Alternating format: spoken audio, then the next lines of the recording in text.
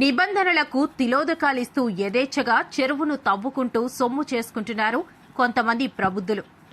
జాతీయ రహదారికి పక్కనే ఈ తంతు జరుగుతున్నప్పటికీ అధికారులకు మాత్రం కనిపించకపోవడం శోచనీయం.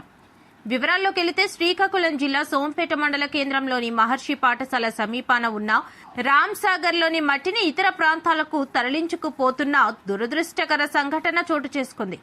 ఈ చెరువులో పూడిక తీతకు సుమారు 70,000 రూపాయలు ప్రభుత్వం మంజూరు చేసిందని తెలిసింది. నిబంధనల ప్రకారం చెరువులో తప్పిన మట్టిని గట్టును ఎత్తి చేసేందుకు వినియోగించాల్సి ఉండగా కొంతమంది రాజకీయ నాయకుల అండదండలతో రియల్ ఎస్టేట్ వెంచర్లకు తరలిపోతుందనే ఆరోపణలు వెల్లువెత్తుతున్నాయి.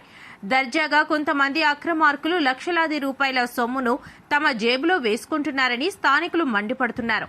ఈ అంశంపై అధికారులు స్పందించి చర్యలు తీసుకోవాలని కోరుతున్నారు.